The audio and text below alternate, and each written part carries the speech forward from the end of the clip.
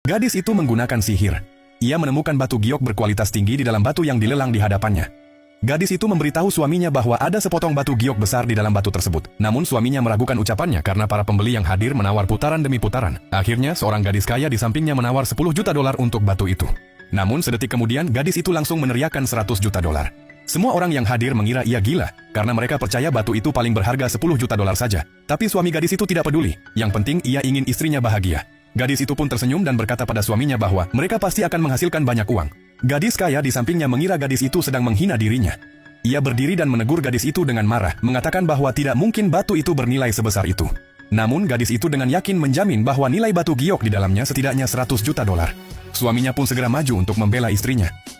Tidak masalah berapapun uang yang ia keluarkan. Selama dia senang, itu cukup bagiku, katanya dengan tegas. Melihat gadis kaya itu masih tidak yakin, gadis itu mengajaknya bertaruh. Jika batu itu benar-benar bernilai lebih dari 100 juta dolar, maka gadis kaya itu harus membantu membayarnya. Dengan angkuh, gadis kaya itu menyetujui taruhan tersebut. Gadis itu kemudian berjalan ke batu tersebut dan bersiap membelahnya dengan tangan kosong. Host langsung menghentikannya dan menyarankan agar menggunakan mesin pemotong.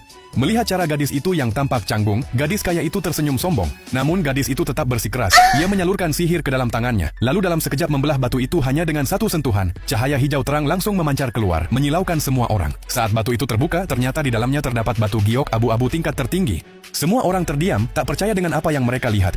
Gadis kaya itu terpaku, benar-benar terkejut. Suami gadis itu pun segera memerintahkan asistennya untuk menjadikan batu giok itu sebagai perhiasan hadiah untuk istrinya. Namun sebelum semua orang bisa bereaksi, sekelompok bodyguard membawa palu besar seberat 200 pon ke tempat itu. Gadis itu dengan mudah mengangkat palu itu dan menghantam batu besar tersebut dengan satu pukulan. Sekejap kemudian batu itu memancarkan cahaya aneh. Dan tiba-tiba pelangi muncul dari dalam batu.